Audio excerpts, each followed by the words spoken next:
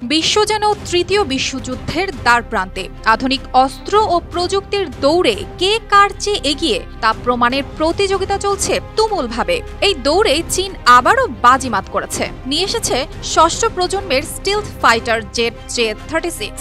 এটি শুধু প্রযুক্তির আরেকটি বিষয় নয়, বরং পুরো যুদ্ধক্ষেত্রের গতি পথ পাল্টে দেওয়ার ক্ষমতা রাখে। এই 36 যুদ্ধবিমান ভবিষ্যৎ যুদ্ধে শত্রুর শক্তিকে একাই গুড়িয়ে দিতে যথেষ্ট বলে মনে করা হচ্ছে।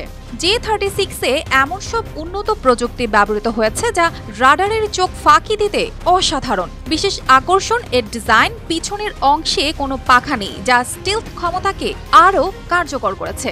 এই বিমান শব্দের 4 গুণের বেশি গতিতে চলতে সক্ষম এবং 45,000 কেজিরও বেশি ওজন বহন করতে পারে। এর অস্ত্র বহনের সক্ষমতাও নজরকাড়া। PL-70 মিসাইলের মতো ভারী অস্ত্র নিয়ে এটি 400 কিলোমিটার দূরের লক্ষ্যবস্তুতে আঘাত হানতে সক্ষম। J-36 কেবল চীনের প্রযুক্তিগত সক্ষমতার প্রতীক নয়, বরং এটি যুদ্ধক্ষেত্রে তথ্যভিত্তিক যুদ্ধের নতুন দিগন্ত উন্মোচন করবে। এটি ড্রোন ও অন্যান্য যুদ্ধ বিমানের সঙ্গে নেটওয়ার্ক তৈরি করে কার্যকারিতায় নতুন মাত্রা যোগ করবে।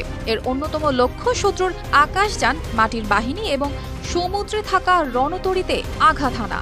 J-36 চীনের প্রতিরক্ষা ব্যবস্থার দুর্বল জায়গাগুলো ঠেকে দিয়ে শত্রুপক্ষের ওপর আধিপত্য বিস্তারের ক্ষমতা রাখে। এটি শুধু চীনের সামরিক শক্তিকে বাড়াবে না, বরং বৈশ্বিক সামরিক ভারসাম্যের ওপর গভীর প্রভাব ফেলবে। J-36 এর উন্নত প্রযুক্তি এবং কৌশলগত সক্ষমতার কারণে এটি যুদ্ধ বিমানের এক নতুন যুগের সূচনা হিসেবে বিবেচিত হচ্ছে। এর অসাধারণ স্টিলথ ক্ষমতা, হাইপারসনিক গতি, ভারী অস্ত্র বহন এবং নেটওয়ার্কিং দক্ষতা একে শুধু চীনের সামরিক শক্তির মাইলফলক নয়, এটি বৈশ্বিক সামরিক বিপ্লবের প্রতীক করে তুলেছে।